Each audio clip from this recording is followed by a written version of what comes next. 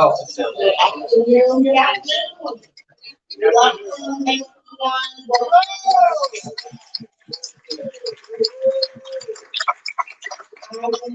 Thank you, Samantha. My name is Diana Rosala. I do Shadow Insights here at Marketing Gamble. I'm also serve as a leader of the partnership between Mortar and Kroger. And we are so thrilled to welcome you here tonight for this event, Nights of Pitch. This is our second year for our multicultural entrepreneurship development program. It's an important program for P&G, Mortar, and Kroger because we want to make sure that entrepreneurs like you and you and you are thriving in Cincinnati. We want to be a part of the growing impact in our community, and we wanted to host this event this year after being virtual last year and having one come into our space and make some mingle. I am going to pass the microphone over to Kaya, part of the morning, and she's going to walk you through the events for today. We're going to come back and share some thoughts with you later on, but we didn't want to keep you waiting. We wanted to get started with welcoming our entrepreneurs to the stage. So, Kaya, I'll leave everything in.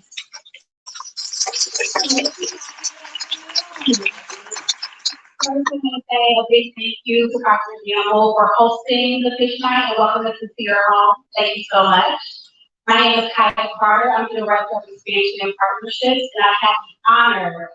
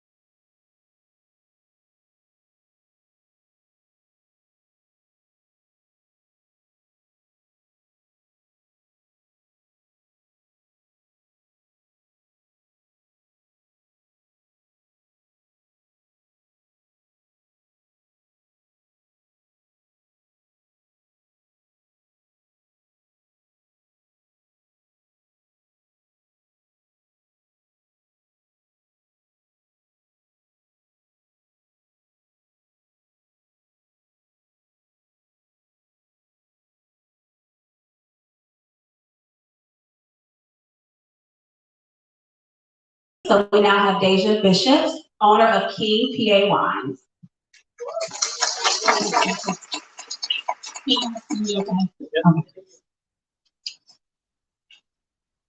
In less than an hour, your old college buddies are coming into town. You're in Kroger, you're almost to the checkout, and all of a sudden you get a phone call with those 3 words: grab some wine. So now you're in frantic mode, going back into the wine area, trying to decide if you're gonna get dry, sweet, red, white, if you're looking at a good price point, if you're looking at a pretty bottle, whatever decision you decide to make sure it's perfect for those perfect occasions. After homemaking cocktails and having some bartending experience, my fiance had told me to just go ahead and join the wine industry. My name is Deja Bishop, owner of King PA Wines. We are a local and Black-owned wine company offering an array of flavors, anywhere from sweet, semi-sweet, and dry. Sweet, semi-sweet, and dry. So we have a pomegranate Zinfandel, a peach Chardonnay, a mango, an apple twist, which is our Riesling, a peach Moscato, and a strawberry Moscato, and of course your traditional Cabernet Sauvignon and Pinot Grigio. Some of these flavors aren't going to be the easiest to find on the shelves, but that's why we pride ourselves in making sure that we provide those flavors and those bold flavors that are hard to come by. Our bright foil, you can see on there, our bright foil labels actually stand out amongst the other wines at the bar. And the white skyline at the bottom of it gives you just a little piece of home. It gives you a little piece of home. Excuse me, I'm sorry.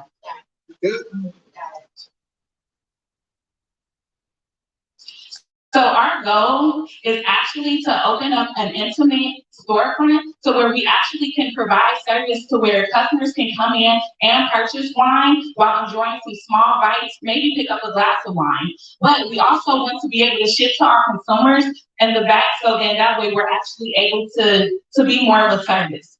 Right now, we operate as a B2B business, and we have our B2A permit to where we can, where we can directly sell to retailers and restaurants, but we do want to operate and get an S permit so we can ship directly to those consumers. We do have customers across state lines and city lines as well, but we just want to be a better service to them. So currently, when people order online, we actually deliver directly to them same day.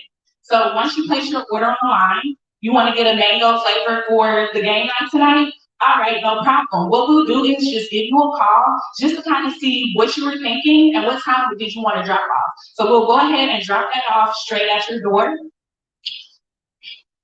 Sorry. We'll go ahead and drop that off straight at your door. And like I said, the next game night that you host, or next time friends are in town, or even if you want to wow your boss with some great gift giving, please keep us in mind. Find us on Instagram at King PA Wine and on our website at kingpeteralexanderwines.com. And remember, we reign and you pour.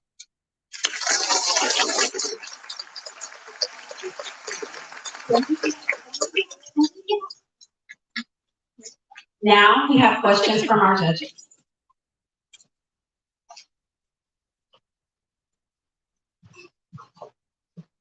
Well, thank you very much.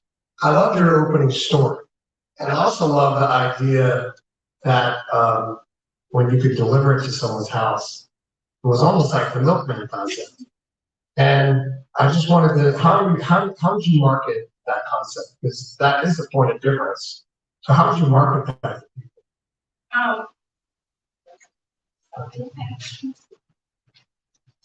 So for that idea, we haven't touched fully based on it, but the idea is for that concept, we actually have we'll have an app on our website, and then what you'll do is basically everything is almost self-explanatory. So when you place the order, instead of clicking shipping, it'll be local delivery, and then once you click that, that's when we're able to actually just reach out to the customer directly, and then in a way to actually market that better. We're still kind of working out the kinks for it because I honestly happened on accident. So. Finally, Great pitch, making me thirsty. So I'm a label shopper, so some quick feedback. I love the label. I love the skyline along the bottom too. Keeps it local, keeps it cool. Love it. As far as next steps, what are you thinking in terms of, I didn't get clarity around if you, when you scale to whatever degree you scale, do you want to scale in retail or stay DTC, like direct to customer, like the online stuff, or your own little wine shop where you can taste and sit back and relax and do your thing, so. And that's a great question. We actually are looking to scale into retailers and to be on the shelves. That was also my pitch, but that's one of the main goals for us. And the only reason I mentioned opening a storefront is so that we could actually operate as B2C, because right now, I'm not eligible to get an S permit to ship directly to consumers because I don't have a brick and mortar. What is BTC? So. Business to consumer. Gotcha. Very good, thanks. Thank you.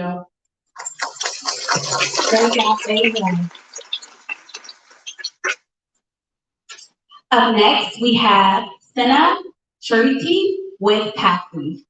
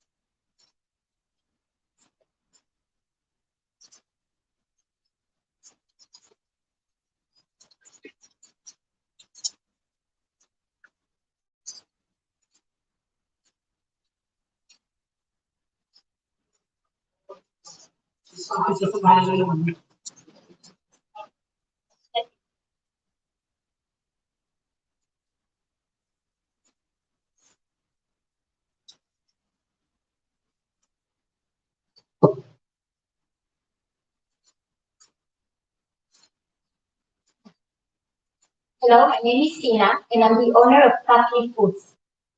Pathway means joy in Nahuatl, the language of the Aztecs. I grew up in Mexico, eating alegrías, which also mean joy in Spanish. It's a 16th century snack, it's a snack dating to the 16th century, made with puffed amaranth and honey or chocolate. I wanted to recreate my childhood snack in the US with the same handcrafted methods used to make the alegrías.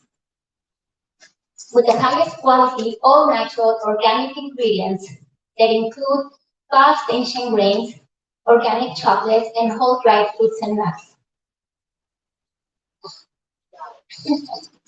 Our packaging was designed in Mexico, inspired in the fabrics and looms from Oaxaca.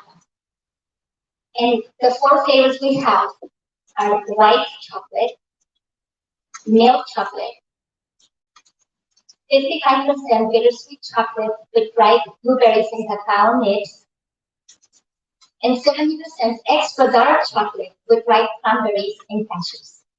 We also just now launched a few weeks ago our broccoli puffs, which are the same recipes but perfect for sprinkling on top of your food.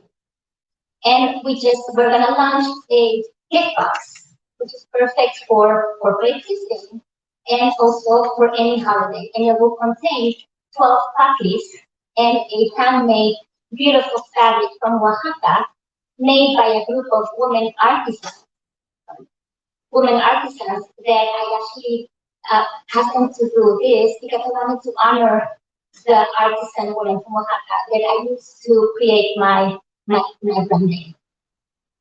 All our packies are gluten-free, handcrafted with all natural puffed ancient grains, amaranth, quinoa, and millet, highly nutritious ancient grains that are often called superfoods. We also have some vegan and soy-free options, never any additives or preservatives. It's the perfect snack on the go, or as you better for you wholesome desserts. You can find our coffee in 40+ independent retail locations We also do lots of farmers markets, and we have an online presence. Our retail price is $3.50 per piece. Our target audience are men and women, 25 to 65 years, that care about natural foods and read food labels. They like to buy organic products with simple ingredients and no additives in their foods. Our packages are geared towards the adventurous food lover that is inquisitive and appreciates other cultures. What's next? We would like to continue our steady growth by expanding our retail locations, hopefully someday Kroger's, but we have to be ready. So we also are trying to figure out how to scale our production without compromising the quality of our ingredients. And for that, we need to learn a lot.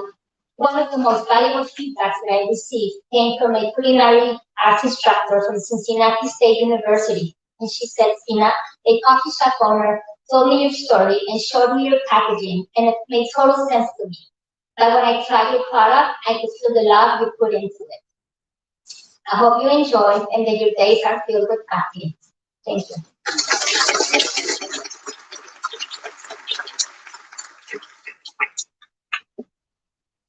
Judges, whenever you're ready.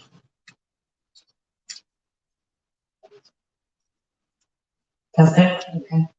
So I'm Vanessa, and I just want to say that I love your story. I love the packaging. I'm kind of like Tyler. Packaging means a lot. It jumps out. If it jumps out at you, I'm tagging to it at the shelf, right? But I think with your amazing story, help us understand, right? How do you plan to, with all of the different natural brands out there, consumers trying to understand it better, how do you plan to market it to consumers to engage better with your brand? It's a wonderful question. I just recently went to the Sweet and Snacks Expo, and what I found is that everybody wants to have a functional type of snack. Everybody wants to offer the snack that gives you a feature, a protein, or a more intelligent way of thinking, or many other things.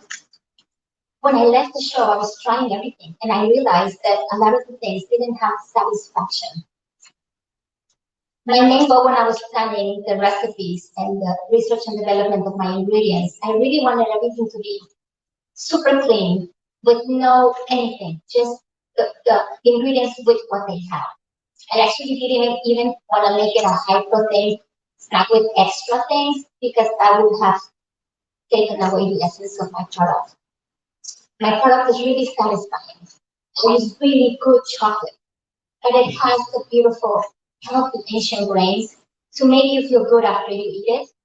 I don't market it as a healthy snack because the amount of it's a big explanation, but the amount of monosaturated fats is higher than the protein. So I cannot market it as a healthy, but I can say other words about it. It's just a very satisfying snack that gets you to that feeling of beautiful chocolate with a very light texture to it. I don't know if I responded to the question. I have a couple, but they'll be quick. Okay. Where would you envision this merchandise in the grocery store? I think I know the answer, but one of yours. That's a great question. Adjacent to like what? Yes. What products? They actually do the best when they are sold in the checkout. In my independent coffee shops, that's where they move the best. Some of them have agreed to move them there and they fly. In the big store, in Jamba Juice, I'm in the gluten-free section. For example, in a Whole Foods, I could envision it in the gourmet chocolate section. Okay. I don't know how well it would go in the granola bar protein bar section because it is not a high protein snack. Unless I make another line of them with higher protein additives that I will have to research and do, then I would do better. But it's only 3% protein. So I would not want to be in the candy section though. I want to be in the natural section. Yeah, I was thinking, just reading the packaging, it would make sense next to granola as a more natural alternative and same sort of usage. I think the price point's good.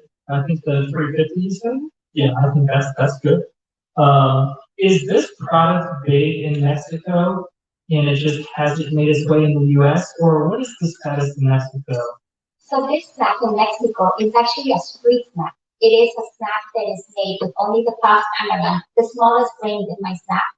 And it is not made with organic natural ingredients. They actually sell it for $1 in the street in a bag with no packaging, no formal anything. They do have it in some gourmet stores, and they do have they do have some higher end versions of them, but they are not here in the US. I don't know that I want to gear towards the Mexican public only, because in the Mexican point of view, they are a cheap snack in Mexico, or a cheaper snack.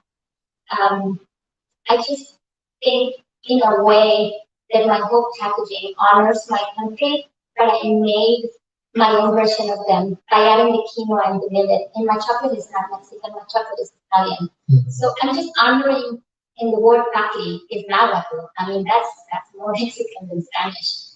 So I don't know why it has not made a way. If you go to Mexican store, you will find them, but they are not this. This is more for a gourmet coffee shop or high-end natural food store. Things like that. All right. Very good. Thank you. Thank you.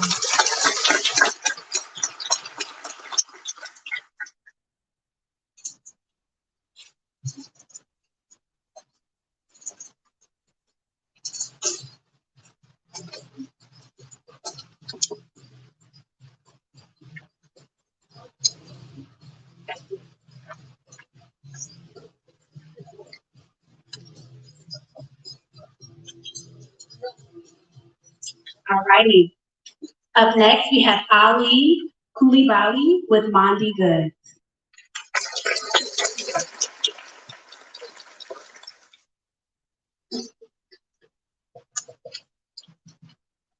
Hello. Hello, my name is Ali. I would like to start with a question. What would it be like for you to live in your favorite five-star hotel for the rest of your life? Just think about it for a second. Well, I grew up in one of them most of my childhood. Actually, my hotel, I mean my mother's house. That's at least how my sibling and I used to call it. This hotel. So the house was really well decorated with handmade items from variety come from the wooden carved chairs or a vase. It was all welcoming. So the moment you enter the living room, you felt relaxed and as though you belong. So my mother, Françoise, she was a stay-at-home mom, and home was her happy place.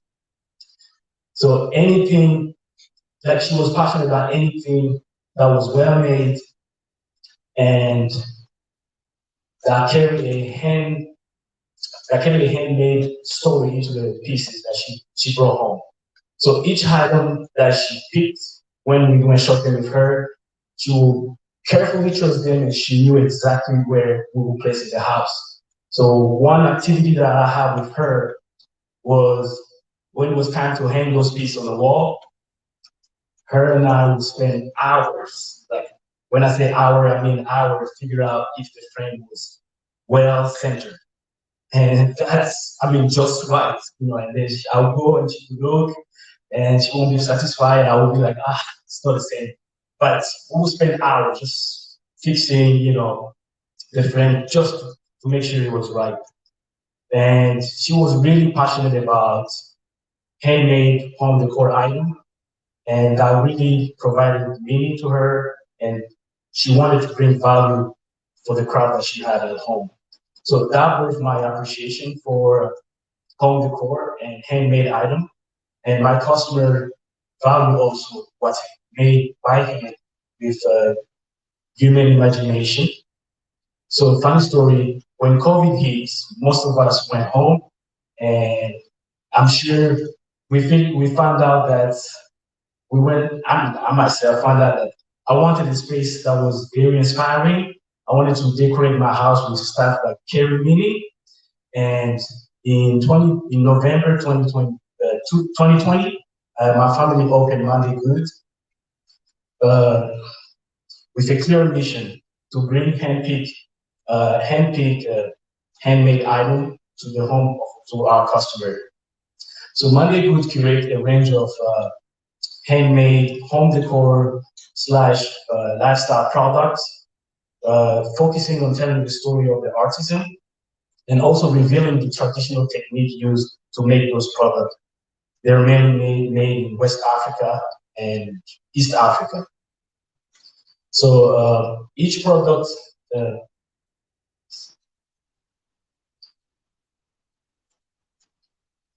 so they're made in West Africa. And we partner with artisans from Mali, Ghana, Rwanda, to name a few, to showcase their product in our store.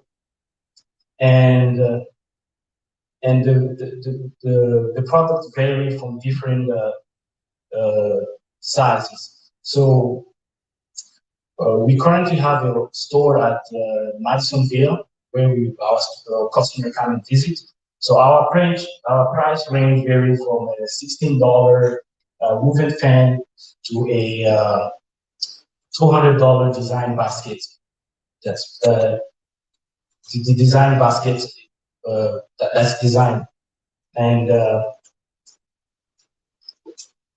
if I win today, I would like to open my e-commerce site and to have a site that have different products well described where the product was made, who made them, and also this will help us carry our inventory. My name is Ali. I am the curator. You can find us at 5901 Rainbow Avenue in Cincinnati, and maybe soon to be launched e-commerce site at monthlybook.com. Thank you.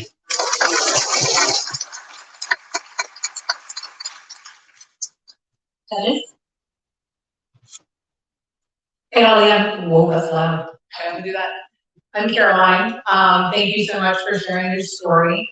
I'd love to understand a little bit more about the regions and the artisans and how you're really leveraging that art and that point of view and how you're bringing this opportunity to Cincinnati and how that makes you different from other artisan retailers, et cetera. So I selectively travel and handpick them, and I work closely with artisans. So I don't have a middle person to buy the product. That set me to have the best price and also customize handmade item that we made. So I'm from Mali, and one of the treasure that we have is the mud cloth. So we are well known for the tradition of making mud cloth. So we use an ancient technique where they use fermented clay, leaves, tree bark to produce color. So all the fabric that I have at the shop, all of them use a natural dyeing process.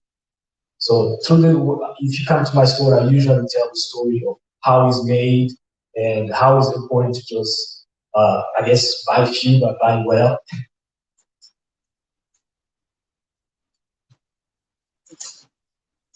Okay. Tell me about if you wanted to scale your business a little bit more. Let's say there was 3 people that were added to your company. What would you have them do? How would you make your business grow? I think the business will grow when we start designing our own product with the artisan. So one of the reason that I started this is because I'm passionate, but I had talked with artisan, and in the region of Mali, there was a conflict going on for many years, and tourists are not going there anymore. So there's less person buying their item.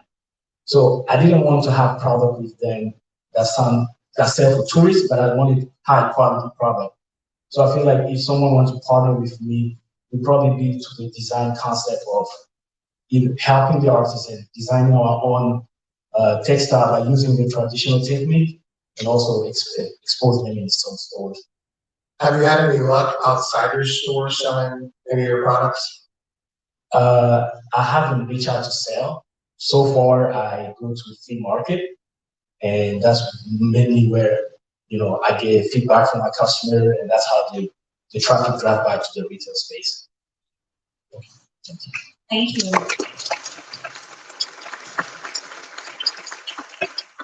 All right, up next is Christina Christian with No by Christina.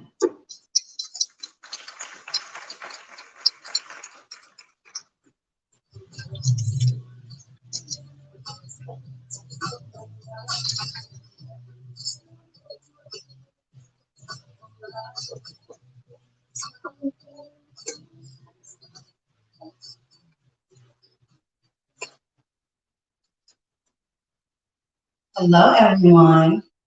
So imagine walking out of your house and this is what you see for your child's birthday party. You did not have to set it up. It's starting on time and it looks absolutely stunning. My name is Christina Christian and I'm an event planner. This is what my clients feel all the time working with me. They tell me what they want and I give it to them. My brand name is Nov by Christina, N-O-V as in November, my birthday month. And I have two different sectors to my brand, lifestyle and entertainment. So if I show you this picture, this is a lifestyle project that clients hire me for.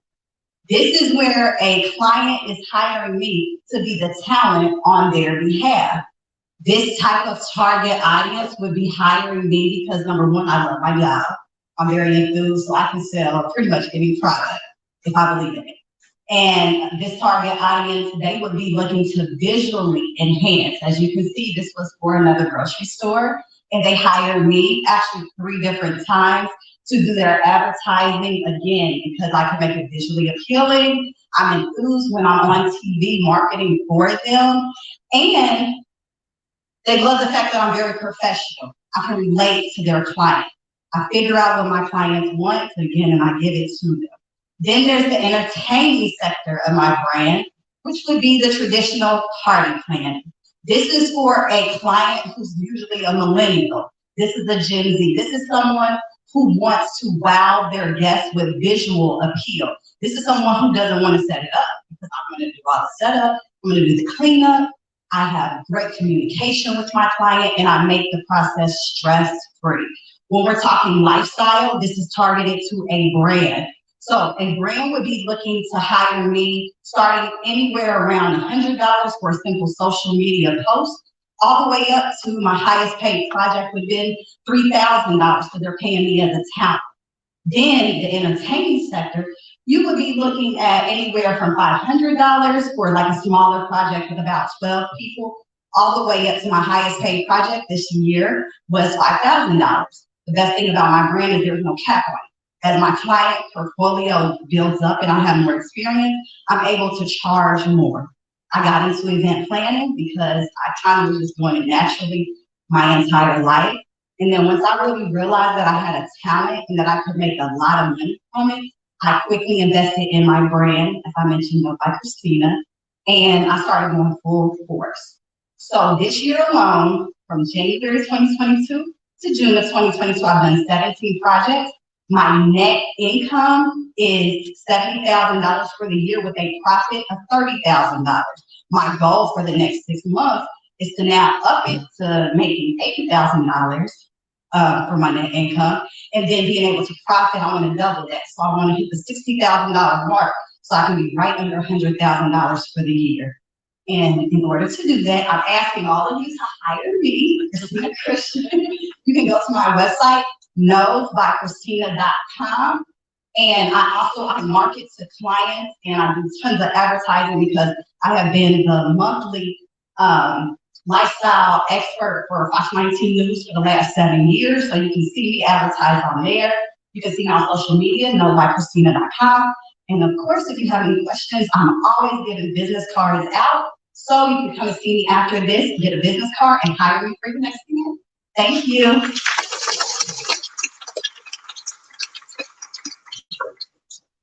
Judges?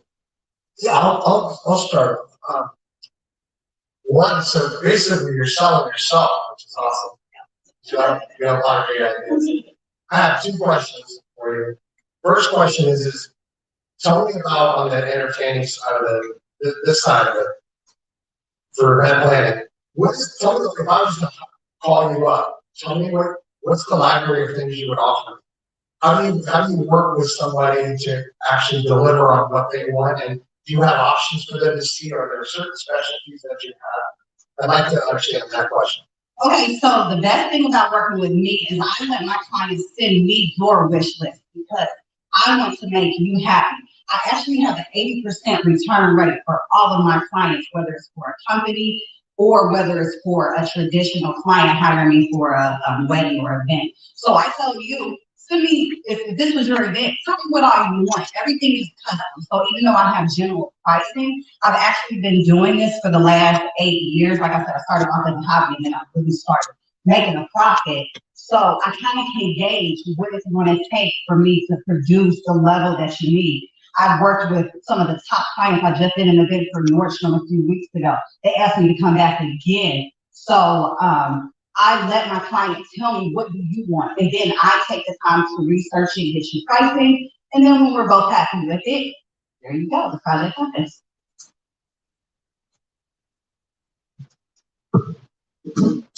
What percentage of your revenue comes from lifestyle versus entertainment?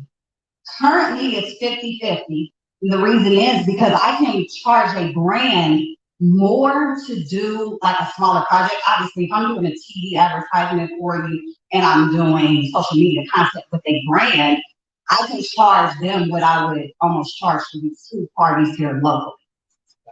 Okay. Because that was going to be my next question. As you move down the road here, are you going to lean more towards one side than the other, or is one more profitable? But I think you answered that. You got a two-headed dragon here, so nice work.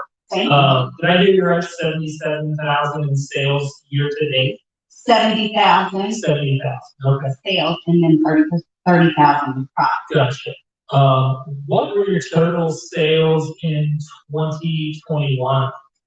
So 2021, it was that was actually the first year I made a profit. It was very small, but I made $10,000. And the reason is because while some industries were losing business, I actually was getting tons of costs for just smaller events. I was having to do more of them, but it kind of balanced out. So say I did a project for just at home for 5 people, I was able to do like 5 of those in a month compared to doing one big project.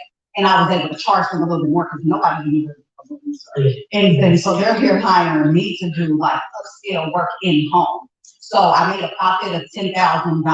And then as you see this year, I made 30,000. That's a profit. Gotcha. Okay. Cool. Great job. Great momentum. I think the 80% return is super impressive. Yeah. So nice work. Thank you. Thank you.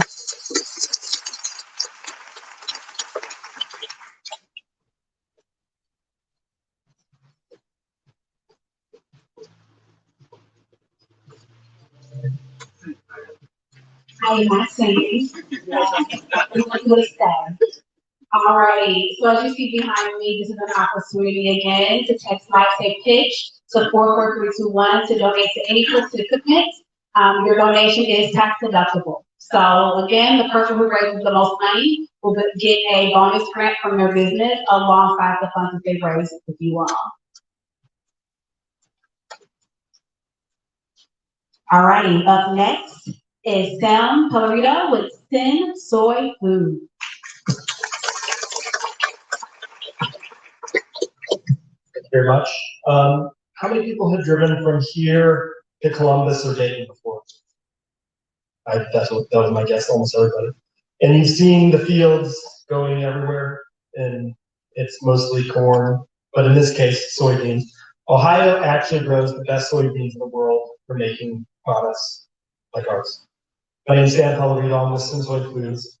We make small batch soy sauce, tofu, we make chili crisp, and a variety of other products here in Cincinnati. I like to joke and say local is our ingredient, but I think in this case it means a lot because just 8 blocks away, we actually produce everything in our over-the-ground facility. I'm here today because I would love to see our products in Kroger. We all are familiar with Kroger, the nation's largest grocery store, but here in Cincinnati, it's actually more. It's our local grocery store.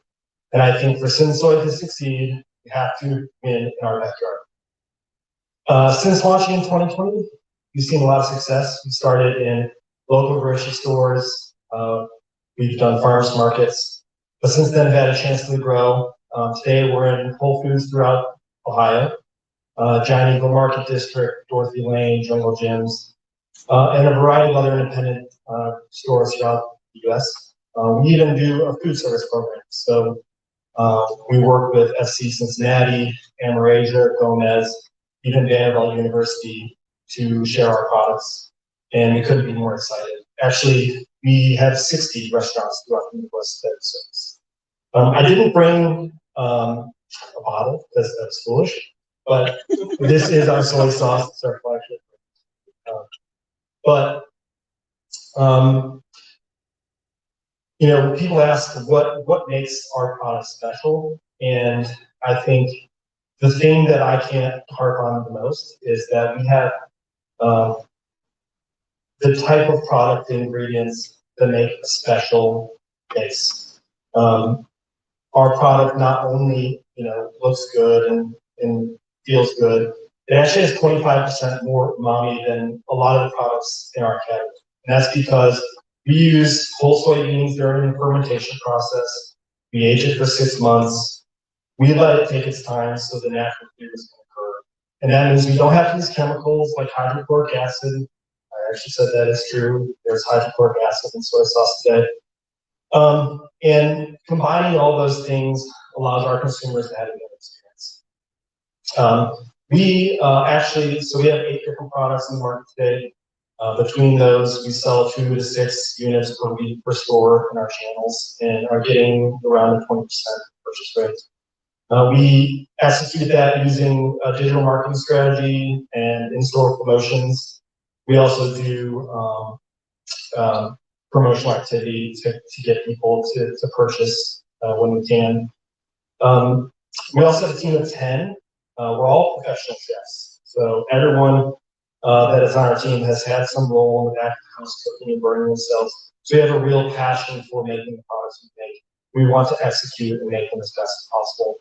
I myself have also had 10 years in startup operations and making it a fun experience. And I think having those combination of things has really helped me build a better product. I do want to thank everybody, and I do.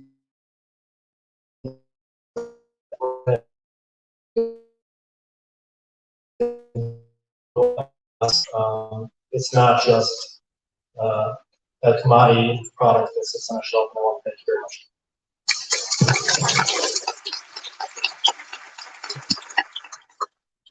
Yeah, so actually, my question was going to be in the commoditization space. As a soy novice, I would have described this segment of the business as highly commoditized.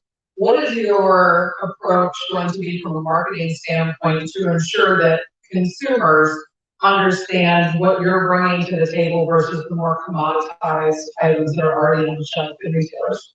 One of the things, so the thing that we're trying to get our consumers to actually say back to us is, I didn't know soy sauce could taste like that.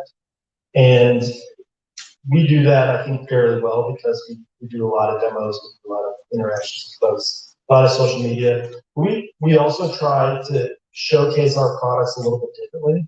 So our social media is really teaching people how to use it. I mentioned earlier today, putting soy sauce, like a tomato sauce on Italian. Putting in a tomato sauce, like it can change everything. So educating and showing people unique ways to use it, I think is very important. So I've enjoyed listening so far. I am a soy sauce fan. I make a lot. Very impressed you mentioned 6 units. Is it 6 units per square foot? We can understand a little bit more about your distribution and logistics model, right? Obviously, we love the fact that Kroger is definitely something that you're aspiring for. Look into what total market would be. Talk to us a little bit more about how that functions. Sure. So we have our own distribution. So today we actually deliver tofu, soy sauce ourselves to the restaurants. Gomez, Amarasia, Jungle, we do all of that ourselves. But we do have distribution groups that we work with. So we work with What Chefs Want, for instance. We are just starting a relationship with DPI out west. that we would like to also continue. So we have set up our programs to kind of be all encompassing. So we can do direct, we can do distribution. We prefer distribution when we can. And then our production facilities, everything's run by us. So we control all aspects from the beginning of the soybean to the bottle placement in the pack.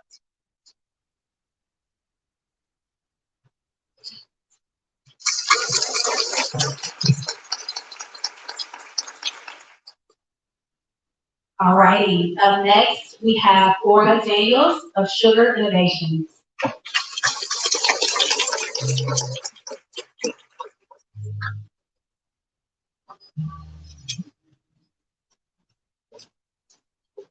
Good afternoon, everyone. My name is Olga Daniels. I am the owner and chief confectioner of Sugar Innovations. We specialize in uniquely ornate desserts that will tantalize your sweet tooth. We started out in 2014. I hosted a charity event for a local charity, I won't say the name, but I was trying to host a dinner and I was trying to figure out what we could put on the tables that could be a give back for the donors. I got online and I looked up and came up with these apples that I saw that were purple. They perfectly fit into our theme, which was circus.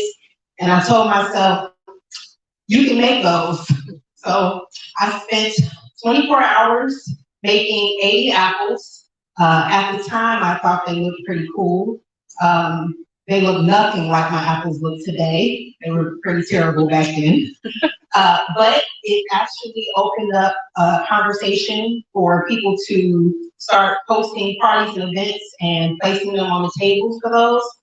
It led me into farmers markets. I've done events all over the city, which kind of came haphazardly. People said, hey, we're having an event. We want you to put these things out on the table, and we want you to put other things on the table with it. So that kind of led me into figuring out how to get strawberries, how to do pretzels, how to work with chocolate. And that's led me into doing marketing events and also led me into corporate events. From there, I decided that I wanted to take this a little further. I've been building out a truck.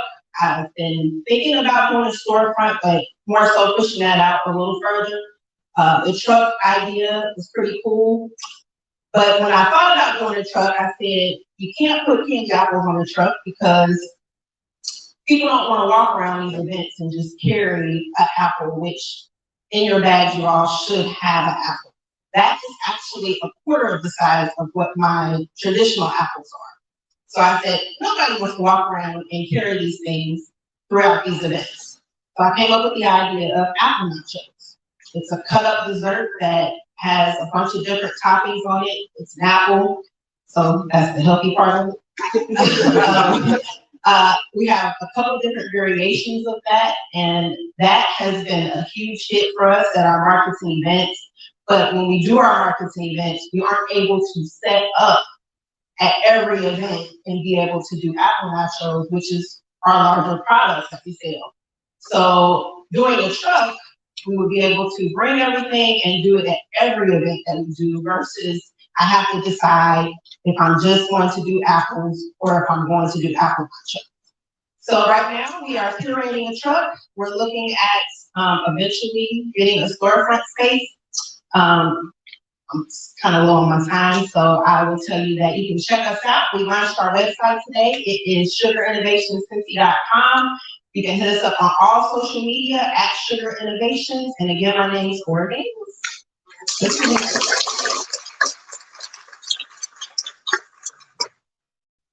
Judges? Hey, Laura, thank you so much for sharing. Quick follow-up question as you kind of talk through the different elements. Would love to understand, call it end game. You've got a couple of different irons in the fire. Which is your lead horse? And frankly, what are you going to do to invest to kind of get that to be up, running, and profitable? So right now, the lead horse is definitely the truck. Again, when we do markets and events, I traditionally would do candy apples, but Cincinnati, as you know, our weather is up and down.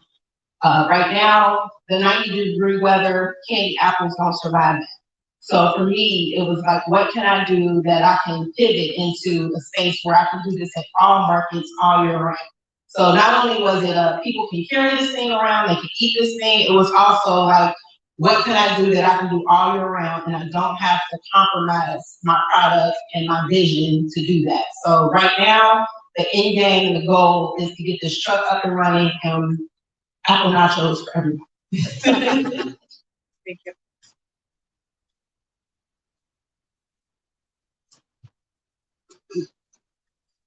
So my question was around how much can you make, and then also your distribution method of the truck. So as you start to scale this, how much can you actually make more in a day, or versus what you're making now? What would you need to do that? And then also, you mentioned you just launched your website. It seems like to me like, if I'm shopping around for a birthday party and I have the money, somehow you can ship that to me. That's pretty cool. The truck only hits a few certain people. So I'm just trying to think through those two questions and how you think about that. Yes, so, I'll take it part by part.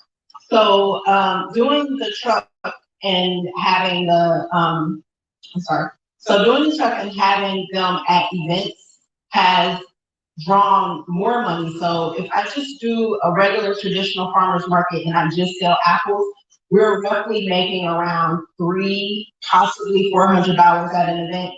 But when I did an event where I did apple nachos at it, I'm grossing about $1,000 to $1,500 at an event. Shipping, I have done shipping. Cost is pretty high. I want to play around with some things.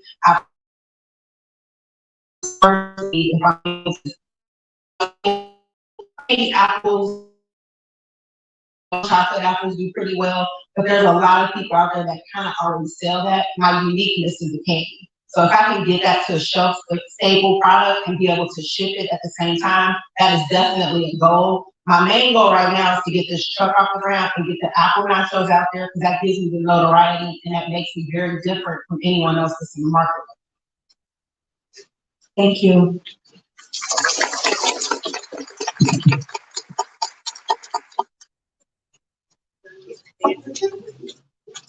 All right, up next is Sarah Ashleman of Wyoming Community Coffee.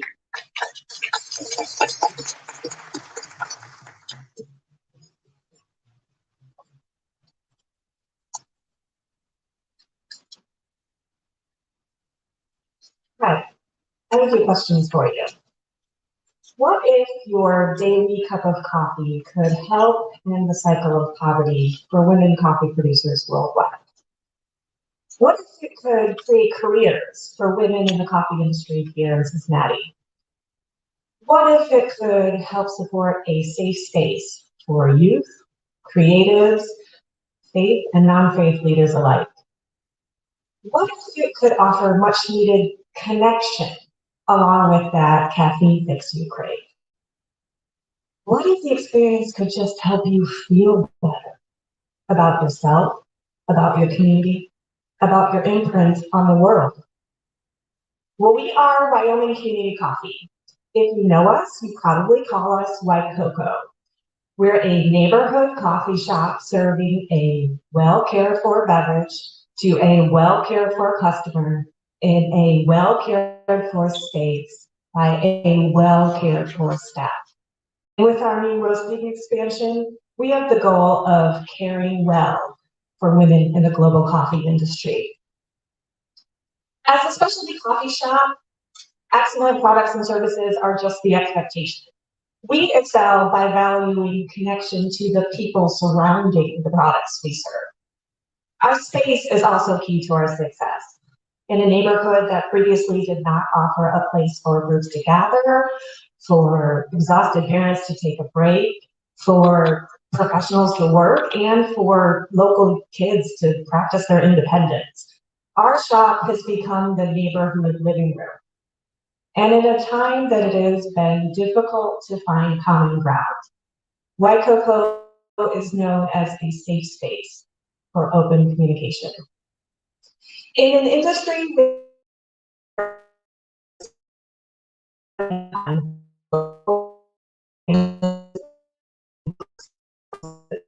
award funding would help us continue that model while expanding our business and improving our ROI. Our next step is to purchase our own roasting equipment, which not only allows us to eliminate the expense of an intermediate roasting company, but also to have control over our coffee sourcing. We are super excited to feature Cafe Femenino, a one-of-a-kind, gender-focused program that believes women farmers deserve the credit for their crucial role in the coffee industry. Cafe Femenino directly compensates women producers and allows them the opportunity and resources to enact positive change in their own communities. As awesome as that sounds, the thing that I'm most excited about and that brings me most joy as a small business owner is finding ways to create careers for what otherwise might have just been a transitional job. At White Cocoa, we hire individuals who value connection as much as they like coffee. We serve their needs so that they can bring their best to serve our guests. And we create opportunity for staff to grow as our business grows. You love the shop and you want to stay, this expansion can make that happen.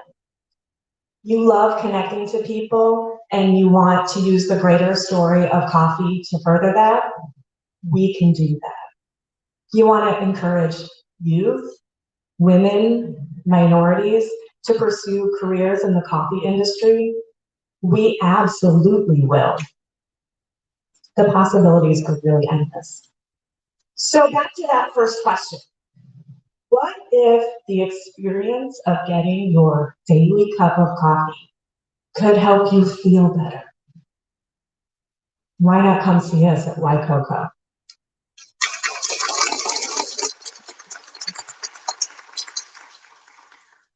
Judges? So, to my left is a loyal customer. I just want you to know that. I'm sure she wants to get engaged here, but I got the mic first. So. How many shops do you have? Just one? Just one. Okay. Who's talk about the purchasing of equipment with the money? Were you manufacturing this or roasting, I guess, this coffee now? So the facility to roast it, we don't roast at the moment. We Okay. use another local roaster who is excellent. I have no problems with them and their quality, and they're actually a social enterprise company as well. But we have fallen in love with the Cafe Femenino product, and we want to have control over being able to bring that to the Midwest. Yes. Nobody's doing that here. And like I said, without moving to roasting, I'm limited to what I can provide opportunity-wise for my staff. And so by moving into roasting, it creates more career and it creates more revenue that I can reinvest. Very good. Just some quick comments. Love the mission behind it, the whole impact and ESG type stuff that you're doing. So that's super important. I think there's, everyone gets scared of the Starbucks of the world and all that, but you can see just when you walk around the tri-state here, a company like Coffee Emporium has a spot and can have a really strong spot. So nice work and good luck. So yes, I am a little.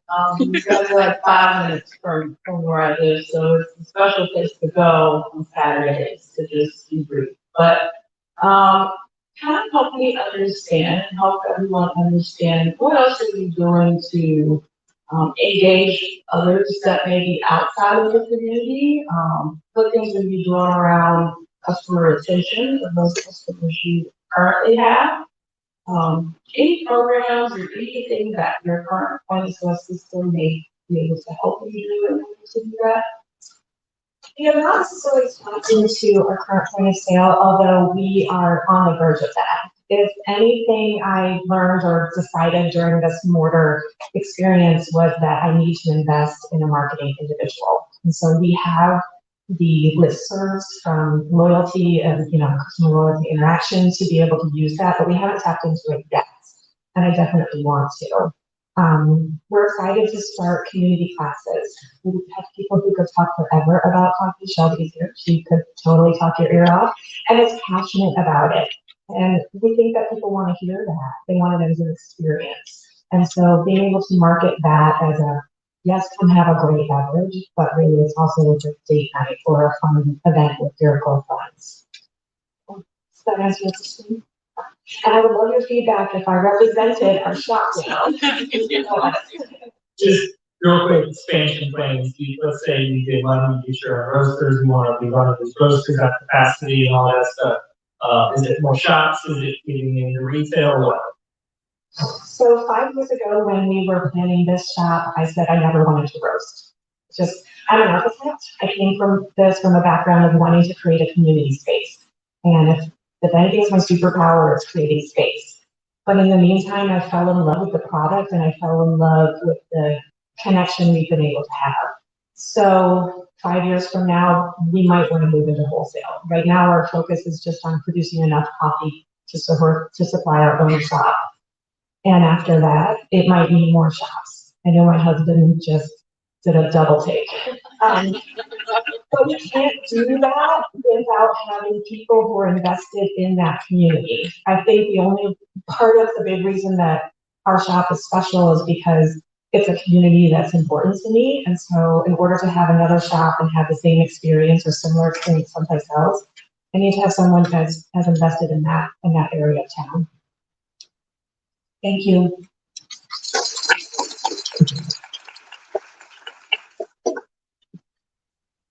Alrighty, last but certainly not least, we have Anita Waiters with Anita's Beauty Bar at 1122.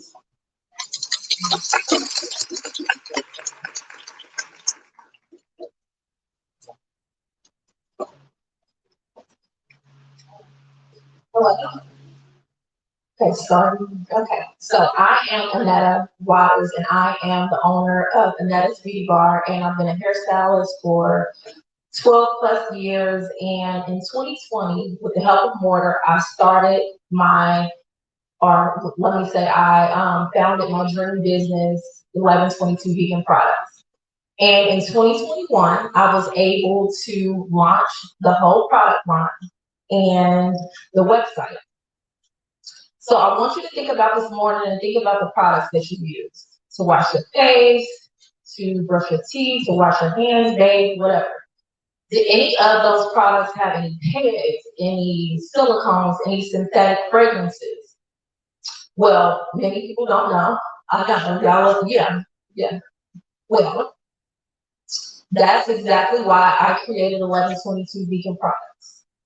Our mission is to provide products that are clean, vegan, eco-friendly, and ethically sourced. It's important for us to make sure that the products that our consumers are using are clean. They don't cause any adverse effects. They're not easily, they're not easily absorbed into the bloodstream, or if they are, they don't cause any adverse effects. Okay, sorry. For instance, I know I got it. Okay. So for instance, I'm rosemary cocoa vegan conditioner, handmade. But my passion behind creating products for individuals who have alopecia, who have psoriasis or eczema, and they have nothing to do with the steroids, nothing is helping them. This is exactly why I created the rosemary cocoa conditioner, formulated with guasu butter, coconut milk, and other ingredients that help stimulate growth, help with moisture retention, to help with growth retention. Customers who have used it at the salon and people who have purchased the product online have shared that they have had more elasticity in their hair. They have had overall better scalp health, and their hair is starting to grow. So it's so important that we create more of these products So, Stacy, one of our customers from Westchester, Ohio, says, phenomenal products. I put this product in my son's hair. I thought I would have to cut it. As soon as I put it in his tangled hair, I was able to run my fingers through his hair. Excellent. I didn't have to cut his hair. And I replied back, like, girl, I'm excited. Like, it's gentle and it worked for your son's hair. Okay. So because of this, I've continued to grow 1122. We use a Nettis Beauty Bar to leverage the sales of the product with also selling the product online. And with research, the vegan cosmetic industry is expected to grow between 2022 and 2030 at a compound growth rate of 6.3%. So people are really into purchasing natural products. They're into purchasing vegan, and we need to be a part of it. And we need you guys to help us be a part of it. So we need to mass produce. Because for vegan consumers, ethically sourced vegan and cruelty is free is on the top of their list. We have to be a part of it. So we're asking for, so we're asking for you guys to help fund us so that we can distribute more products. That was my time. Yeah, sure. You did great.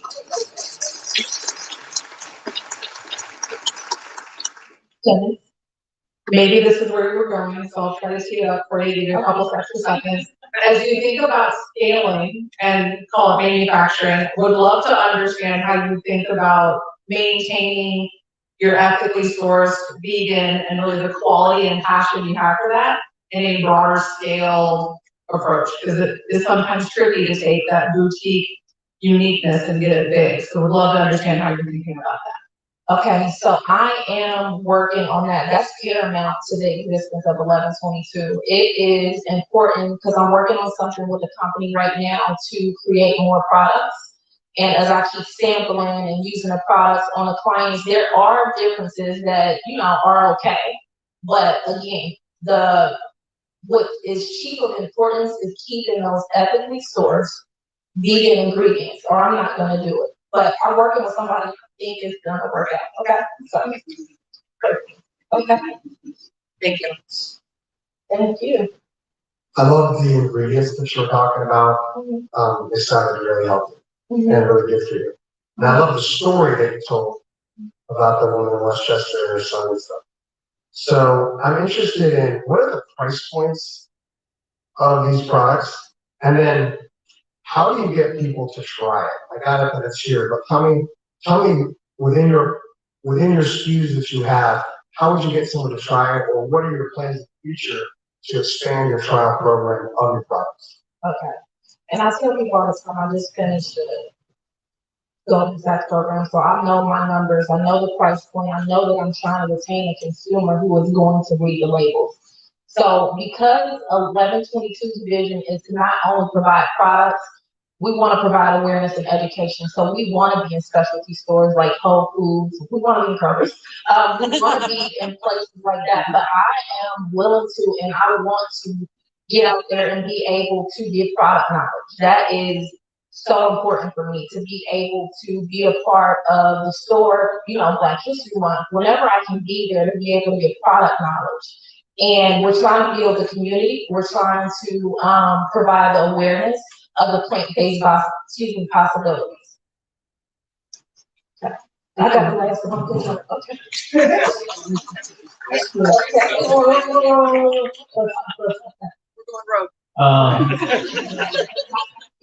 So, did you answer the price point question, or should I assume everything's $11.22? No, you're right. So with the price point, we know inflation is real, but when you are able to educate the consumers, if you look at the website, I'm always working with somebody getting something done. So if you look at the website, it's so much education on there. And I looked at him just because I know But it's so much education that people, when they understand it, they're okay with paying for it. Yes. So the bottles are about $20. Okay. For 1 pound, 25. But again, when you educate the consumer with vegan consumerism, they don't really care about the price because they know that it's clean and they know that it's not, hurting animals, and they, understand that. So the price point is about $25 to $30 for each product, but we give them canvas bags, and we are promoting recycling, reusing, and then creating other incentives for them to, recycle with us and bring the products or bottles back. Very good. Yeah. Did you give out free samples or so people could try it? So I am, no. What about samples they can pay for that are just smaller? I haven't, but I use the Netta's beauty bar to leverage a lot of the products. I just had a baby, so I sold so many units on my maternity leave because I've been using the products on my clients, and people know what I believe in, and they believe in the product, and people are coming back and purchasing the product. So, people see like customers that I have, and they see the growth of their hair, and they see certain things. So I don't give samples because I've been using seed money from the salon, but I probably could.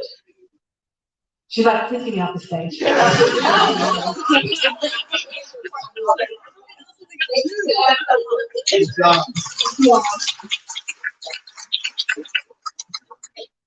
Alrighty, so the folks at home. The mic has run away too. For the folks at home, the folks in the room, you have about 5 more minutes to donate to these entrepreneurs' businesses. And again, this determines who is people's choice. Next, we want to bring up a couple folks to give some voice to this program. It's important. So first is Nadira. Went earlier and kept my remarks brief because I didn't do this well. And I'm just super proud of all the entrepreneurs. It takes a lot to get up on the stage in this room and hold a microphone and stare out into your faces and share what's so dear and dear to their hearts. And I just am really appreciative of all of you being here to support them along that journey. I just want to encourage you also to take just 2 seconds. And if you haven't already texted, do that please. Go to the site. It'll have a little bit more about each of the entrepreneurs. You can give $1, you can give $5. Anything that you give is going to make a big difference to them. But if nothing else, it'll help raise their awareness for their stories in case they forgot to share anything. I just wanted to think about a little bit with Procter & Gamble and how it was started. Hard to believe in 1837, just 2 guys built their business as entrepreneurs and then scaled into this multinational company. I worked here for over 10 years, and I have the safety and the comfort of having a paycheck every day. I feel like I work hard, and they definitely get their money's worth.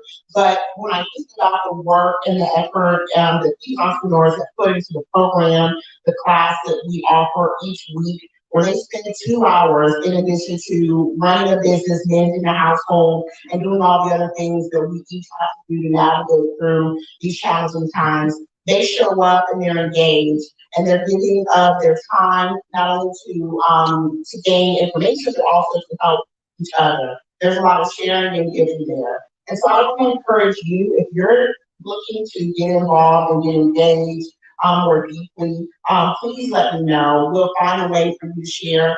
The entrepreneurs are building their businesses and their skills in this room, their skills throughout PNG that we're starting to connect them with more resources so that as they're looking at building out their communications plan, focusing on scaling like their social media assets, also building their supply chain, sourcing some marketing partnerships and brand endorsements.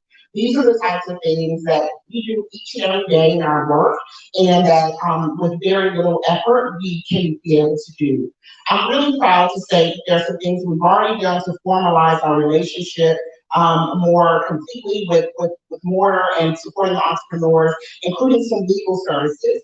the folks in P&G Legal have a program, where they provide coaching and, support for the entrepreneurs, helping with one-off things like, getting, their patent filed or, copyright information. These are things that P&G employees are doing on a volunteer basis, to help support businesses in Cincinnati, because we believe in being a part of the community. That's why I do this work. I'm super passionate about making sure that these people here are successful, and that the entrepreneurs from Cohort 1 and the entrepreneurs that are going to be in Cohort 3 in the beginning of next year, making sure that they're successful as well, and we can bring more people into the program.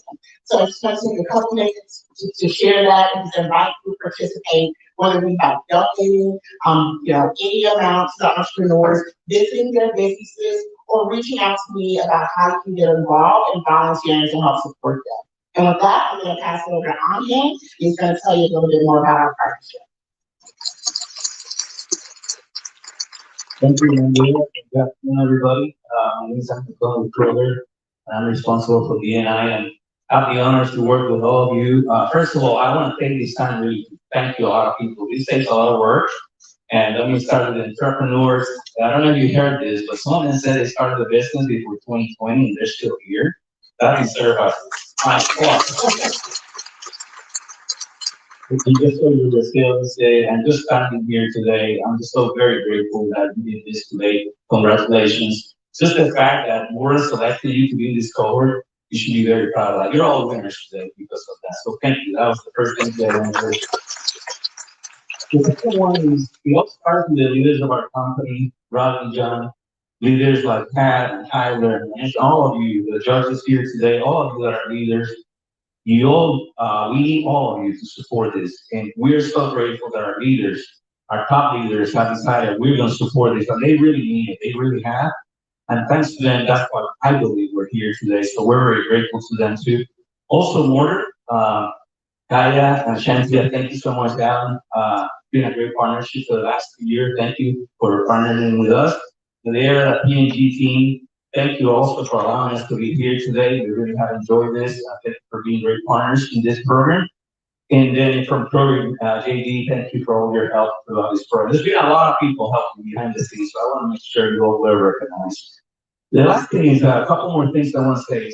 Our vision, we started here in Cincinnati, but our vision is to expand. We want to expand this to other divisions outside Cincinnati. And here's why this is important. We at Kroger, just like P&G has done, made a commitment, and we made a commitment of spending $10 billion by 2030 with diverse suppliers. And really that ties with our purpose, which is feed the human spirit. Well, this is about feeding, those jobs and wages that they create in their communities. That aligns with our purpose. I'm sure you have your own purpose that aligns with that. Because we have learned, we're not checking the box, we have learned the jobs we create, we have learned the wages that you bring to the table, we have learned the taxes that you bring to those communities that also hopefully bring better schools. That's the way we look at this. And so just to inspire you a little bit, just like Nadira did, I shared this last year, we have a vendor, you buy flowers from Kroger. This vendor, the first time that purchased with us, that sold us flowers, it was a PO of $100. Today they're doing more than $100 million. So when you're buying flowers at Kroger, more than likely you're buying it from your supplier. So I hope that inspires you. You may not get with Kroger or P&G or whoever, but there may be someone out there that will give you that opportunity. And so thank you for all you're doing. And I also want to share with you that the reason we also do this is because if they succeed, we all together are going to win. So thank you so much for this opportunity. Thank you, P&G, for partnering with us on Mortar. We want this to continue to grow because we want to impact as many communities as we can. So thank you so much. And with that, I'll turn it over to Alan.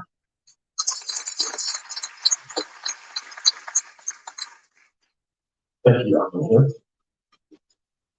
My name is Alan Woods, and I'm the co-founder and CEO of Mortar. And first and foremost, I want to thank all of you for being here today. Could have been anywhere in the world, but you're here with us, and I appreciate that. Secondly, I want to thank P&G and Kroger for your ongoing support Since day one, Mortar is 8 years now.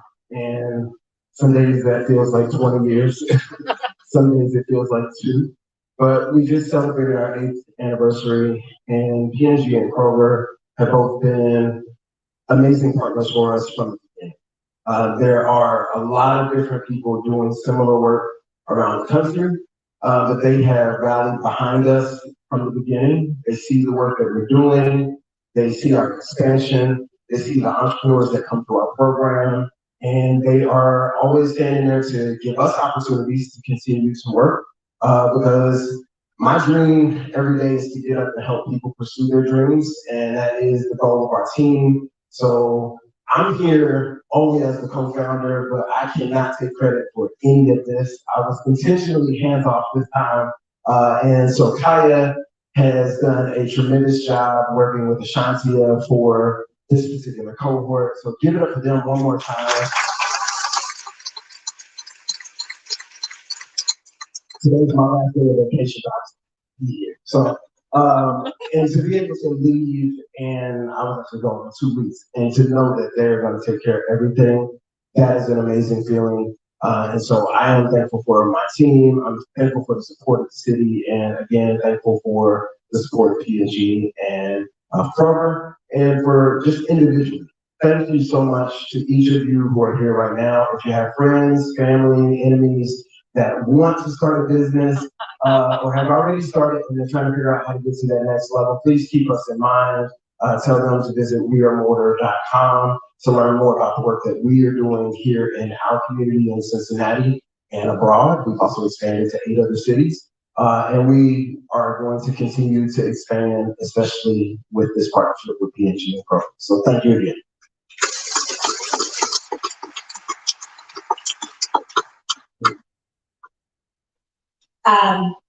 Hop on the gratitude train. Pitch nights are really special for our team. As Alan mentioned, we're always in the hustle and bustle and making calls and being big brothers and sisters to our entrepreneurs. Like, do you know your prices and what you're doing? And call this person back and pitch night, while it's so much that goes into it, we just all stand around the auditorium, literally like big siblings, like, look at our babies.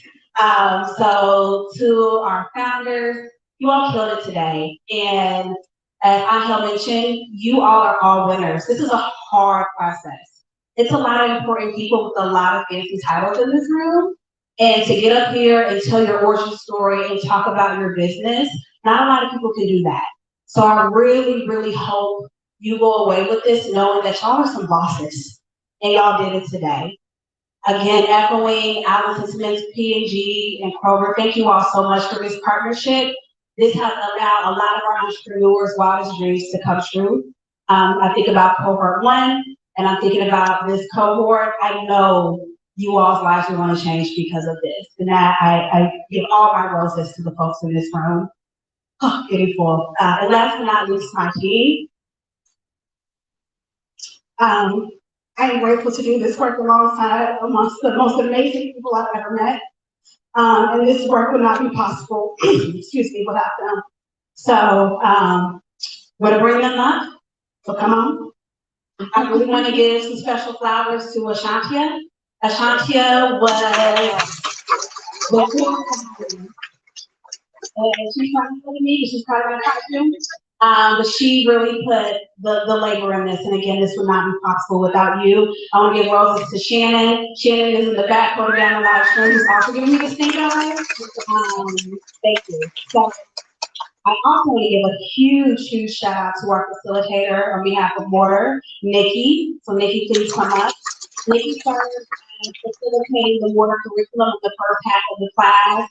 She served as a therapist, as a mentor, all of that to our entrepreneurs. And again, this would not be possible without you. So before I continue crying and looking nuts, let's announce some winners and get some money in the entrepreneur's pocket. So come on, team. All righty. So for People's Choice, I'll hand the mic to Ashantia. Drum roll, please. Okay, so People's Choice is the person who raised the most amount of money through Give Wisely, and with $765 raised, our People's Choice winner is Anetta Waters.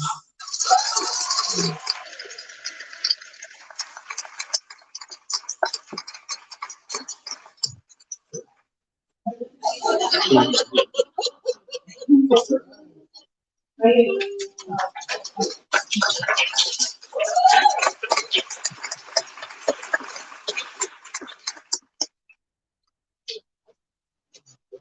right, are we ready for this demonstration?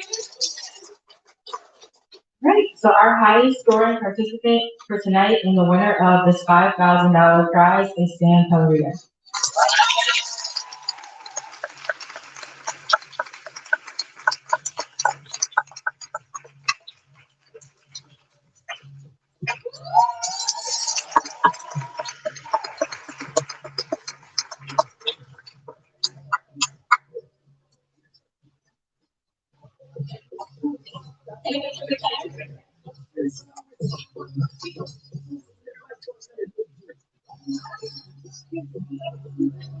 Congratulations.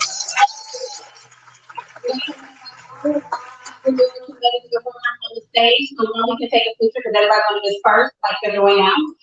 So get on the stage so we can take a picture of you all. And then folks, remember, please don't leave. Please engage with these entrepreneurs, talk to them, learn more about their stories, get their cards, try their products.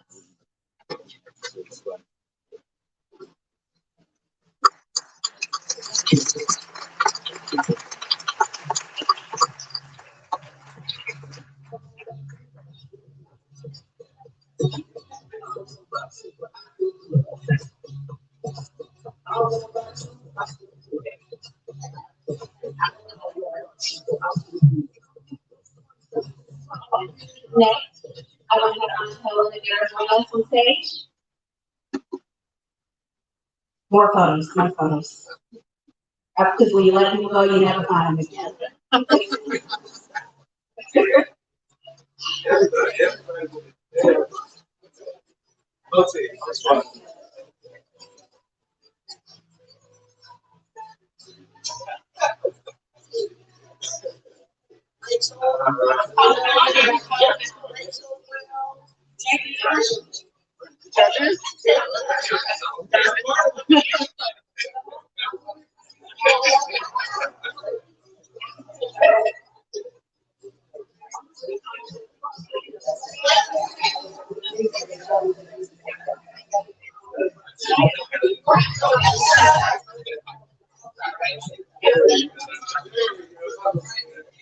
All right, shall we go on three? 1,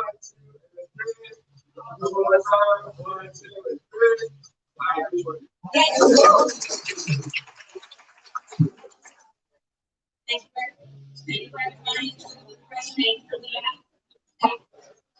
Okay, so we brought up a lot of people on stage who worked on this.